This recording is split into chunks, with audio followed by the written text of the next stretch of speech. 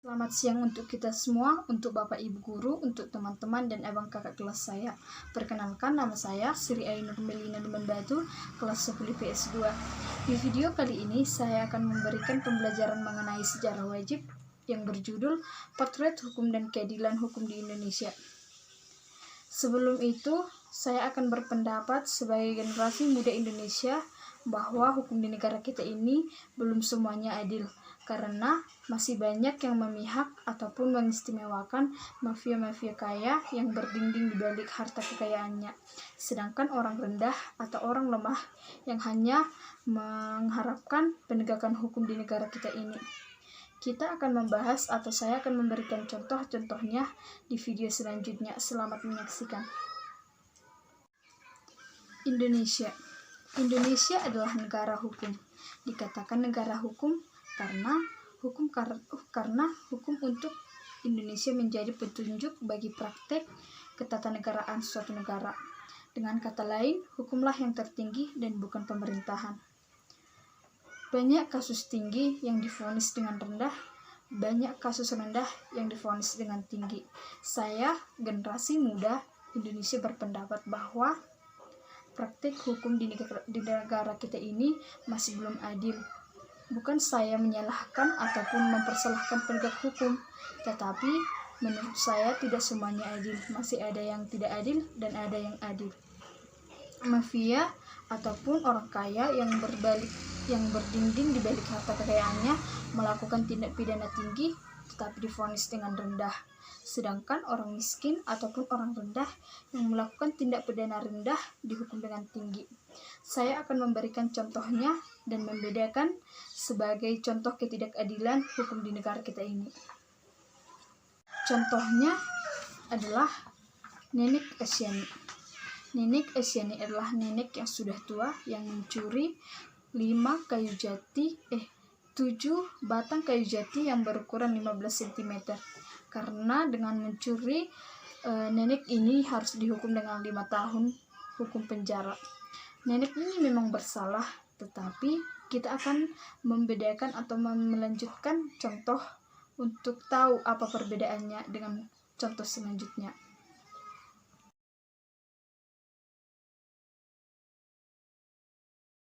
Sedangkan kasus yang sangat terpopuler di negara kita ini yaitu kasus korupsi.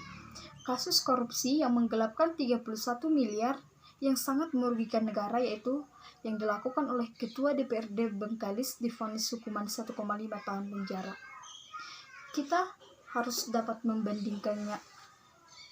Seorang nenek yang menghabiskan 7 batang kayu jati yang berukuran 15 cm dibandingkan dengan Ketua DPRD Bengkalis yang menghabiskan 31 miliar uang dan merugikan negara kita ini.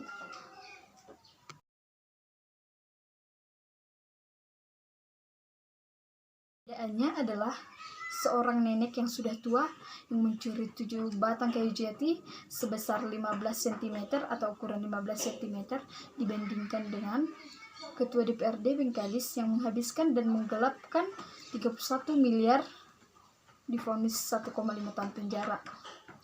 Menurut saya sebagai generasi muda mengatakan Nenek Asyani memang sangat bersalah dengan mencuri 7 batang kayu jati yang berukuran 15 cm.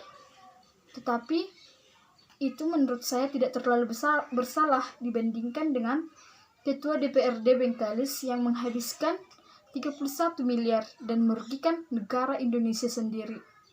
Hanya dipenjara dengan 1,5 tahun penjara. Nenek Asyani dihukum 5 tahun penjara hanya melakukan kesalahan yang sangat begitu rendah. Sedangkan korupsi atau Ketua DPRD yang melakukan koruptor hanya dihukum dengan 1,5 tahun penjara. Kita bedakan. Memang benar dalam perkataan tadi. Bisa dikatakan hukum di negara kita ini masih disamakan dengan pisau, tumpul ke atas maupun tajam ke bawah. Dalam arti, mafia-mafia kaya dilindungi oleh harta kekayaannya, sedangkan orang rendah ataupun orang miskin hanya mengharap kepada penegak hukum sendiri. Di balik semuanya itu, kita masih mempunyai tokoh yang sangat jujur dan adil, yaitu Bapak Baharudin Lopa.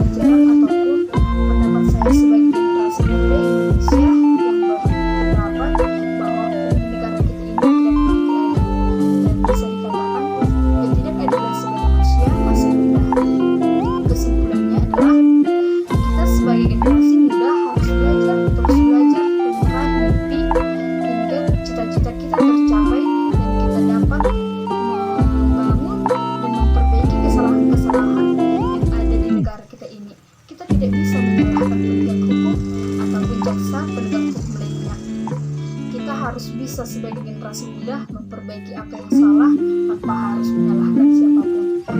Kita juga dapat belajar dari Bapak Gus Dur, dari Bapak Baharudin Lopah yang memberikan pengertian